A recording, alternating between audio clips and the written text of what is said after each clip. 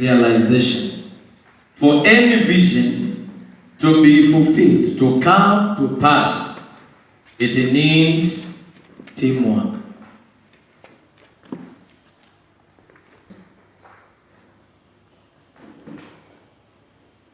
In the book of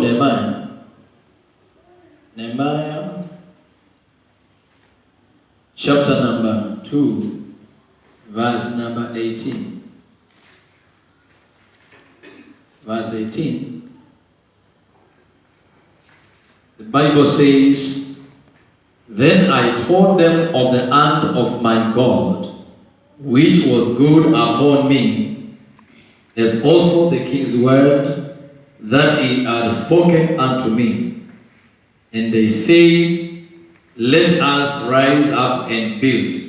So they strengthened their hands for this good work." After Nehemiah, wakati Nehemiah alipata maono ya kujenga ukuta kwa wana wa Israeli, rebuilding the walls that had been broken down and burnt with the fire. Alipopata maono, alienda kwa watu wao, the Jews, na akawaeleza, sikiliza, akawaeleza yale maono ambayo ameyapokea kutoka kwa Mungu. In other words, God, Mungu upeana maono. Ni Mungu upeana maono. Glory be to Jesus. Na Mungu akipeana maono, huwa anapea mtu mmoja. Anapea mtu mmoja vision. And I told you the other time, vision is the ability to see what others are not seeing. Ni kuwa na uwezo wa kuona kile wengine hawaoni. Na Mungu, sikiliza, akipeana maono, inabidi yale maono yaweze kupeanwa kwa watu wengine ambao wakiyachukua wataweza kutimiza mapenzi ya Mungu in a time, katika kipindi fulani, katika eneo fulani, katika maisha ya watu fulani. When a vision is given by God to a man or a woman, that vision needs to be shared to other people who will marry or capture the vision and run with it. That's what the Bible says in the book of Habakkuk, andika maono na uandike kwa nambari kubwa, wale wanasoma wakimbie nayo. Sikiliza, the Bible says wakati Mungu alipea Nehemiah maono, Nehemiah alikuja akaelezea wana wa Israeli, na alipowaelezea, this is what they said, verse number 18. Baada ya kuelezea maono, this is what they say. They say, "Let us arise up and build." So they strengthened themselves, their hands, for this good work. Alipowaelezea maono, walisema, basi kama Mungu amesema hivyo, basi tumeyachukua, wacha tuamke na tufanye kazi njema ya Mungu. Glory be to Jesus. A visionary mwenye maono anaweza, sikiliza, anaweza kufa nayo kama kutakosa watu wa kuyashika na kukimbia nayo. Mwenye maono anaweza, ijapokuwa imepeanwa, akielezea watu wakose kuishika na kuelewa, can die with the vision and the vision miss to be fulfilled. Now what happens? Mungu inua watu wengine, mtu mwingine anampatia the same vision aendeleze. So the responsibility, jukumu ya washirika na viongozi ni kuelewa maono na kuyapokea na kuyafanyia kazi yatimie. Glory be to Jesus. Let me give you some demands of a vision. Demands. How do you call demands in Swahili? Demands, things that are needed to be done for the vision to be realized. Like for example, hii maono ya World Breakthrough Ministry itatimia na inaendelea kutimia siku baada ya siku. Kuna mambo yanahitajika yafanywe ndio haya maono yatimie. And number one thing to be done is unity. Tell your friend unity. Mwambie umoja. Mwambie tena umoja. In the book of Psalms, chapter number 133, the Bible says, 133, verse 1 to verse number 2, number 3, when do we read there? For a vision to be accomplished, it is demanded that people be in unity. Division kills vision. Mgawanyiko inaua maono. Where there is unity, God commands His blessing. Read very fast. NIV. How good and pleasant it is when brothers live together in unity. You are not reading? Or you are reading that one? Now read. How good and pleasant it is when brothers live together in unity. How good and pleasant when brothers are not fighting one another. I will say it again. Hata jamii, sikiliza, hata kwako nyumbani watu wakianza kupigana hakutakuwa na maendeleo. Hata kwa ndoa yako ikiwa kila siku ni kisirani, kwa mama na mzee mnabishania, panya ametoka hapa ameenda huku muona hivyo. Mkianza mabishano katika ndoa, there is no increase in life. Nyinyi ambao mmeolewa, amweni, hata mke wangu akinikosea, hata mume wangu akinikosea, amweni, hatutapigana, tutaishi kwa amani. I was expecting amen. Sana nyinyi ambao mmeolewa juzi, nyinyi mmekaa siku chache kabla ya kuoana, mnaona makosa kila siku. Unaona huyu mzee anakukosea, unaona bibi anakukosea, unaona makosa kila siku. Lakini siku mlikuwa mna engage, hakuna mtu aliona makosa. Mlikuwa mnapendana kama chanda na wapi? Mlikuwa mnachekeshana, mnaambiana zingli na mnapenda. Saa hizi unakuta vitu vidogo mnakosania. Hebu niwasaidie watu wa Mungu. Kama umeolewa na umeoa, sema Bwana Yesu asifiwe. Kama umeolewa na umeoa, sema Bwana Yesu asifiwe. Nataka niwasaidie katika hii hali kwa neno la Mungu. Wacheni vita ya vitu ndogo. Utagundua ya kwamba watu ambao wameoana wapigania vitu kubwa. Ati wanapigania tu socks. Nani ameweka socks hapa? Si ni wewe. Kwa nini umeweka? Nilikuwa nataka niweke wapi? Si ungeweka kule ndani. Chukua, weke huko. Kwa nini? Unakuta kutokana hiyo unasikia na boni yetu. Naambiwa kuna tena. Unasikia komo. Ni nini? Wanipigia nini? Unajibu na hiyo. Vitu dogo ambayo ungechukua socks tu uweke mahali pake na hiyo iishe. Simple. Tunakumbuka ile siku ulichagua nini?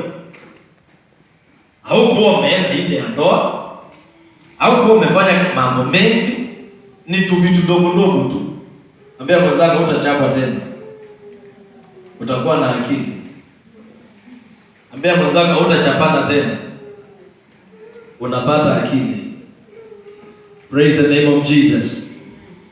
Where there is unity, Bible says, behold how good it is when brothers live together in unity. Go ahead. Endelea. It is like precious oil poured on the head. Ni kama manukato, mafuta mazuri ya manukato imemwagiliwa juu ya kichwa. Running down on the beard. Ikiteremkia kwa beard. kwa madefu, running down on Aaron's beard, going to the collar of the jacket, down upon the collar of his robes. go ahead. It is as if the dew of Ammon were falling on Mount Zion. For there the Lord bestows his blessing. For there the Lord commands the blessing. Even life forevermore. Listen. Baraka ya kuamrishwa, sikiliza, na Mungu inapatikana, sikiliza, watu wakiwa na umoja. Sema amen. Amen. Sema amen. Ukitaka Mungu aamurishe baraka kwa ndoa yako, kwa kazi yako, kumpani kuishi kwa amani bila vita, itakuwa kila siku halisi Mungu anaamurisha baraka in your life. Glory to God. Unasikia Mrs. Clement? If you want to experience commanded blessing daily in your life, live in peace and unity. Mungu anawabariki kila siku. Amen. Ni kweli kuna mambo mengi, sikiliza, yanayoweza kufanya watu wakosane. Lakini haya mambo mengi ambayo yanaweza kufanya watu wakosane, ikiunganishwa yote, haiwezi kutoshea baraka ile inaachiliwa watu wakipendana, watu pamoja. Najua mtasikia nimesema nini. Tarudia. You cannot compare the blessing which God releases when people are in unity with the fighting when people fight and lose the blessing. You cannot compare. Listen, ndio Mungu aweze kuachilia baraka kwa ndoa yako. Wacheni vita katika ndoa. Mungu anawabariki. Kampuni unayofanya ukitaka baraka iamrishwe na Mungu pale, wacheni vitina kazini. Mungu atawabariki. Glory be to Jesus. For a vision, kwa hii maono ya kanisa hii, sikiliza, iweze kutimia, lazima muwe na umoja kama washirika. Ambia mwenzako nimekusamehe. Mwambie nimekusamehe. Yale mambo nilikosea imeisha. Mwambie imeisha. Mwambie nimekubali kukusamehe. Mwambie. Mara nyingi watu wanaishi, listen, sikiliza, ukikosea mtu ama ukikosewa na mtu na unakataa kumsamehe, unakaa ukiumia kwa moyo kwa vitu ambazo unapaswa kuwa umeachana nazo. Ambia mwenzako sitakubeba na moyo wangu. Umeshakaa umekosewa na mtu, alafu unakuta mpaka saa 9 usiku umeamuka na siku umekasirika. Hebu tuongee ukweli, umeshakosewa na mtu, alafu ukienda kulala usingizi unapotea. Hadi mtu alikosea, usingizi unapotea. Unajaribu kulala unakumbuka huyu mtu takukula na mimi alinikosea. Unakumbuka tu, unasikia tuko saa 9 na bado usingizi imekataa. Unasikia appetite ya chakula haiko. Hadi kwa sababu umeshapika chakula kwa umekosewa, sana sana wale ambao mmeoa. Umepikiwa chakula na mmekosana, chakula na kula inakataa kulika. Unakula maji ama nakula nini? Sema sitaki. Si eti utaki, ni hasira. Ni hasira inayeyuka ndani ya moyo. Kama zako nimekusamehe. Dawa ya umoja, sikiliza. Dawa ya unity ni kusamehe, ni kukaa maisha ya kusameheana bila kuhesabu makosa ama hesabu ya makosa. Yesu alisema mwenzako akikukosea msamehe mara 7, na akirudi tena msamehe mara 7, 7 mara 70. Endelea kumsamehe. Maisha ya amani ni kusameheana. Glory be to Jesus. Uliza mwenzako unakasirikianga mtu kwa nini? Ukikasirikia mtu utapunguza siku zako, miaka yako itakuwa inapunguka. Imagine kama ulikuwa uishi miaka 70, unakaa na hasira wiki moja, miaka 5 inaisha. Nini kilokasirisha? Siku moja Kaini alikuwa amekasirika sana. Kaini, unakumbuka Kaini wa Biblia? In the book of Genesis. Amekasirika.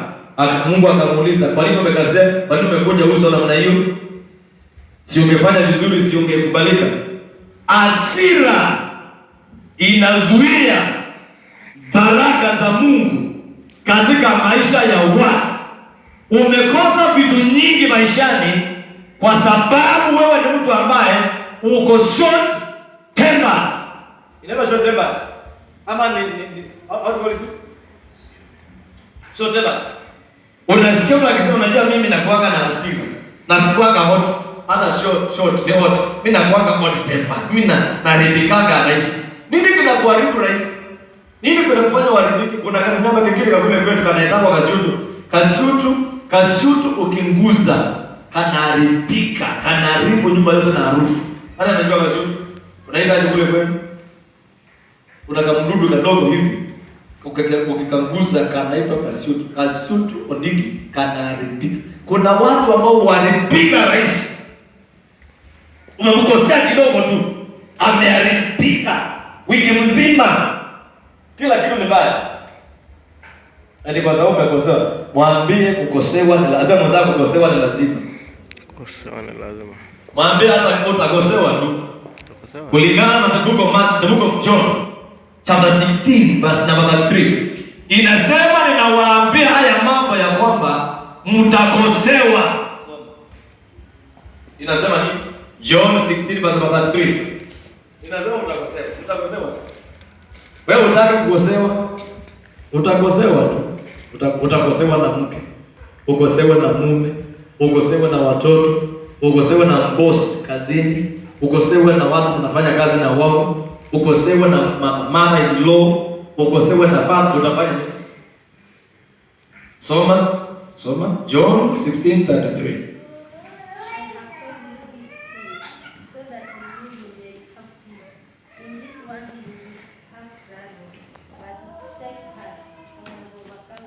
Read it again like you believe it. I have told you these things. Nimewaambia haya mambo So that in me you may have peace. ndio ndani yangu muwe na amani. In this world you will have trouble. Duniani hii mtakuwa na dhiki, But take heart. lakini jipende moyo. I have overcome the world. Hebu soma Matthew 18 verse number 7. Matthew 18 verse number 7. Ndio ukisikia unataka kuharibika, kataa ukasirika. Ukisikia hasira inawaka kwa moyo, sema kwa sauti kubwa, useme nimekataa kukasirika. Hata kama uko nyumba peke yako. Ukisikia hasira inakuingia, jichekelee. Jiangalie useme, hapana, sikasiriki. Kwa sababu ukikasirika unazuia baraka in your life. What does it say? Matthew 18 verse 7. Inasema nini? Alas for the world because of the occasions of stumbling. The occasions have to come, but woe to the person on whose account they occur. Inasema, ninawaambia mambo ya kukwazana itakuja, lazima ikuje, lakini uone kwa yule ambaye anafanya ya kuja. So from a symbol of Bible inasema nini?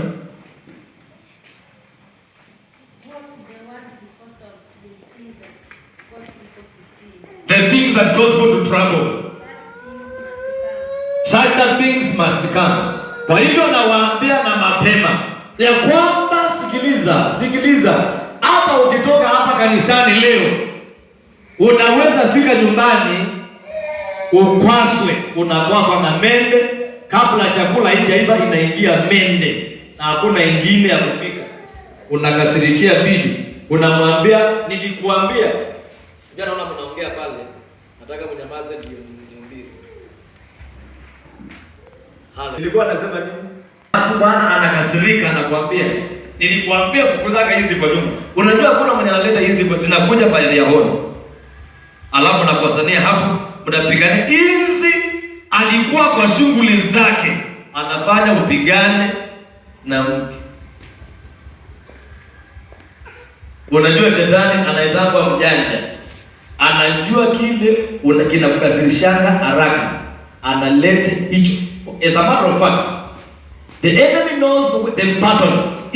Ile pattern ambao ukiguzwa unachemka, anaijua, atakunguza hiyo pattern kila siku. Afadhali uamue pattern zote ziko hofu. Akijua ndio utende dhambi. Unaonaga mwanamke akipita anawapanga laini. Na wanapita. Unaanguka. Akijua unakasirikanga, unakasirishwa na bibi na vitu ndogo, anafanya bibi afanye vitu. Ambia kwa sababu unity inahitajika. Mwambie unity is demanded. For any vision, maono ya nyumba yako, maono ya ndoa yako, maono ya kazi yako ile unafanya ndio itimie, inahitaji umoja. Unity is strength. Don't fight, but unite. Glory be to Jesus. Number 2 demand of a vision accomplishment is publicity. Ambia mwenzako publicity. Publicity ni matangazo. Kwa hii kanisa, sikiliza. Kwa hii kanisa ndio iweze kuendelea, inabidi kila mmoja wenu aongee kuhusu hii kanisa. I expect ya kwamba umesikia. Unaongea kuhusu kanisa mara ngapi kwa siku? Wakati umeshaambia watu ile kanisa unaenda, inua mkono juu, usiinue mkono juu sababu ya kuepuka majaribu. Wakati umeshaambia, wakati umeshaleta mtu hapa kanisani tangu ukuje, umeshaleta mtu. Amsikilizi nasema nini? Nitarudia. Wakati umeshaleta mtu kwa hii kanisa tangu ukuje kwa hii kanisa. Meleta mtu hata kama ni mmoja. Pigia Mora makofi. Amelete. Ulilete nani? Sema. Ariet. Nani mwingine? Ledwin. Nani mwingine? Leo jana alikuwa nani? Ben. Nani mwingine? Fikisha. Umejaribu. Pigia makofi. Wewe tangu ukuje umeleta watu wangapi? Bibi yako. Ameleta mke wake. Amejaribu. Na wewe tangu ulete, umeleta nani? Nieleze na wewe ulete nani? Huyu ameleta karibu kila mtu. Bwana akubariki. God bless you so much. This lady has brought almost everybody. Na wewe umeleta nani? Umeleta Alice. Nasho. Inaitwa publicity. Sikilizeni. If you want people to know what you are selling, you talk. Wakati umefanya business management, ukitaka watu wajue kile unauza, unaongea kuhusu kile unauza, unaelezea watu. Is that not true? Now, kama uongei kuhusu hii kanisa, basi hauipendi. People talk about what they love. Publicity. Habakkuk chapter 2 verse number 2 inasema, write down the vision and let people see it and they may run with it. Watu wamekosa kufuata maono yako kwa maana uwaambie. Tarudia. Kwa sababu ni makosa kukaa na watu ambao wapendi kile unafanya. Ni makosa sana Mora kukaa na wewe kwa hii kanisa na uipendi. Unajua kuna watu pia usengenya kanisa yao. Kuna watu usengenya pasa. Sikia hii kanisa letu mimi sioni vizuri. Hii kanisa sijui tunaenda wapi. Ninakaa hapa nikingojea tu kuona Mungu. Nangojea Mungu. Kuna watu they don't talk good. Nenda ulete mtu kwanza next Sunday. Talk about your church. Number 3. For vision demand. It is vision demands people. Maono inahitaji watu. Kwa sababu tukitaka kujenga hili kanisa, hatujengi na Bwana atukuzwe, hatujengi na amen, hatujengi na hizi chuma hazikununuliwa. Sikuenda kwa duka nikasema rikata yanda rabos chuma.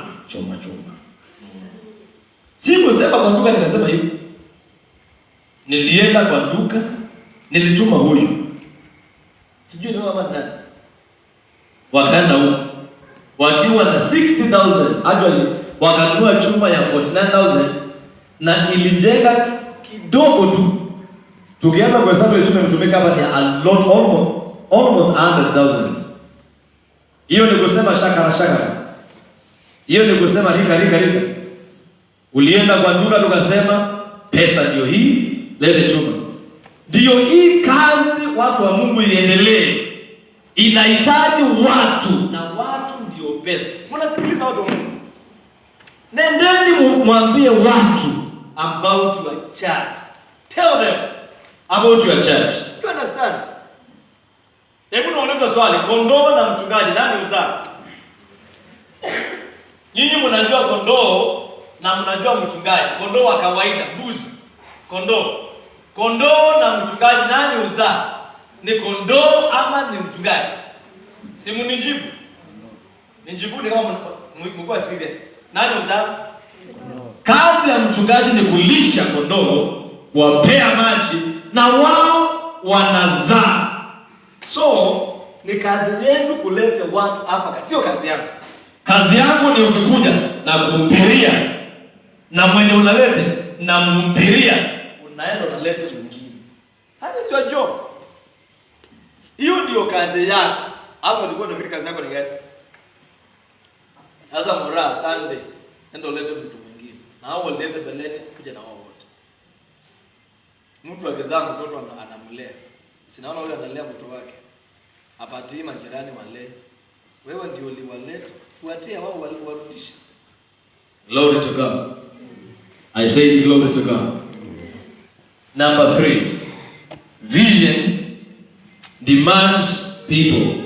And then let me show you briefly distractors of vision. Vitu ambazo usumbua maono. Jambo la kwanza. Na hizi ni vitu ambazo every one of you need to hear. Distractors of vision. Ukisikia hii utakuwa umefanikiwa. Maana utajipima ujue uko wapi. Vitu ambazo usumbua. One is to distract. Kwa kizungu, what is to distract? Dennis. What to destroy? Distract. Vitu ambazo uzuia, ufanya maono ikuwe ngumu. Distractors of vision. Number 1 is opportunities. That is so powerful. Opportunity nzuri, sikiliza, inaweza kufanya wachane na maono ambayo ulikuwa unakimbiza, ushughulikie nini? Opportunity.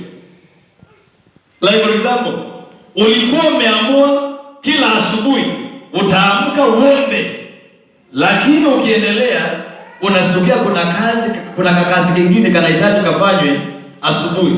Na ni kazi tu akalete kitu kana kuzuilia maombi ya asubuhi, ukimbizana na hako opportunities. Kuna watu ambao, let me tell you the truth, kuna watu ambao Mungu akiwapea direction. Kuna watu sasa wanapaswa kuwa wako mbele sana, lakini walikuja wakaambiwa na mtu mwingine, hii kitu unafanya sio hiyo. Acha nikuonyeshe. Let me show from the Bible. The Bible says in the 1 Kings. Read that place. 1 Kings chapter number 13 verse 18. 1 Kings chapter 13 verse 18. Inaongea kuhusu jamaa mmoja ambaye aliambiwa na Mungu, anaitwa the man of God. Actually is called the man of God. Biblia inamuita the man of God from Bethel of Judah. Alikuwa ameambiwa na Mungu, ukiongea na madhabahu, usikule huko, usikunywe huko, na usirudie ile njia umeendea.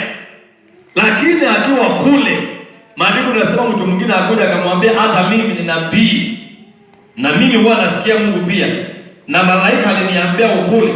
Akapata opportunity, akaachana na kila aliambiwa na Mungu. akaenda kukula chakula. Kuna watu wengi sana ambao waliacha Mungu akule. Waliacha Mungu akule. Uliza mazako, uliachana maono ama umeingia kwa shughuli zingine? Uliza bado unakimbiza maono. Maono yake yaliisha hiyo siku, maana aligeuka akafuata opportunity. There are opportunities which look like godly opportunities, but they are works of Satan. I'll say it again. Kuna vitu tunatokea kwa maisha kanakaa ni kama ni Mungu amelete, lakini ni shetani amelete akudistract ama akupoteze ile njia ulikuwa unaendea. Soma hiyo mstari, soma. First Kings.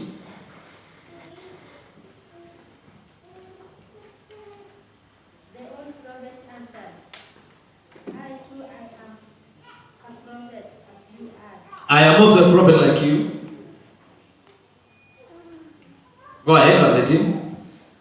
And I am an angel, and an angel said to me by the word of the Lord, bring him back with you to your house, so that he may eat bread and drink water. You realize that huyo mtu alipoingia kwa hiyo jamii akakula, maono yake yalisha. Sikiliza, kuna opportunities zinatokea kwa maisha, zinakuletea shida miaka yako yote ya maisha. Nitarudia kwa maana nimeona hujasikia. Kuna opportunities zinakuja kwako ukianzana nazo. Hata kuna watu wengine wameolewa na wale watu hawakutaka waoe. Maana uliona ako na pesa. Uliona ako na pesa. Sema nikipitwa na hii, siwezi nikaachilia hii pesa ipite. Unandandea, unajua kundandea. Unasema, nimesikia story, this is by the way. Sijui kama utapause ndio tuendelee. Nimesikia kwa story ya kwamba siku hizi zinafanya watu wa miss their vision. Number 2 is criticism. Criticism ni siasa. Ni siasa. What people can criticize your vision, mpaka hata wewe uone ni kama si kweli. Watu wanaweza kupiga siasa maono yako, unawaambia nimeengage huyu msichana, nataka nimuoe, wanakuambia aone bila kuna matenge. Aone. Hiyo ni wengi na kama rike. Hii ni kuna kama gold posts za gold. Pako hataona achana yeye. Unaambia mtu ninaolewa na huyo jamaa, anakuambia hii maskini haina hii. Hii maskini, hii mtu haina pesa. Unakumbuka? Hii mtu mpaka mwingine anasema mpaka ivalie nguo ya ndani. You see, people can criticize your vision until even you yourself unaona ni kama sio kweli. Listen to me. Don't allow people to criticize your vision. Run with it. Amen. Glory be to Jesus. I'll say it again. Usikubali watu wasiase maono yako. Wanakuambia vile naona hii, unawaambia nataka kuanza biashara ya kuuza makaa. Wanakuambia hii makaa, awali uanze kuuza mandazi. You leave your vision because of criticism. Never leave your vision because of critics. Somebody said a critic is a person that knows the way but he cannot drive the car. What does that mean? Ukiona mtu ana siasa, kile unataka kufanya, anajua ni kizuri lakini hataki kufanikiwa, anakusiasa ndio wachana. Kuna watu ambao ulisiasiwa mke mpaka ukamwacha, na huyo alikuwa anakusiasa akamuoa. Watu wanasiasa biashara, umepatia watu maono, I want to begin a business. Wanaisiasa, unaiacha na wanaianzisha wao wenyewe. Critics can make you forfeit your vision. Do not allow people to criticize what you are doing. Juzi pastor mwingine, maana ako na pesa, alikuja kwa hii kanisa akaangalia, maana yeye ako na pesa. Anasahau hatujatoka mahali pamoja. Inategemea mtu ametoka wapi. Kuna mtu ambaye ametoka Kajiado. Akiwa Isinya, si kama yule mtu ametoka Kajiado na ako Athi River. Hiyo ni kweli, si kweli? Glory be to Jesus. Praise the name of Jesus. Akakuja akaangalia Pastor, yaani uone imam. Sufunika imam. Akasoma mpaka jina la kanisa. Soma jina, akasema hii majina ni mrefu. Ocean Celebration Center. Hii jina ni mrefu sana. Siweke jina, akaniambia ile yake. Vile iko rahisi. What? People can criticize what you are doing. Mpaka watu wewe waanze kushuku kama ulisikia Mungu. Ndio mwanzo usikubali watu wasiase mambo yako. Na do you know, ni wewe uko na right ya kupea mtu nafasi ya kukusiasa, na ni wewe unaweza kufunga milango yako watu wasilete maono yao katika kazi zako. Don't allow vision. Criticism is an enemy to vision. If you are planning to do anything for your life, do not allow people to campaign or to talk about what you are seeing, because they are not seeing where you are seeing. Glory to Jesus. Amen.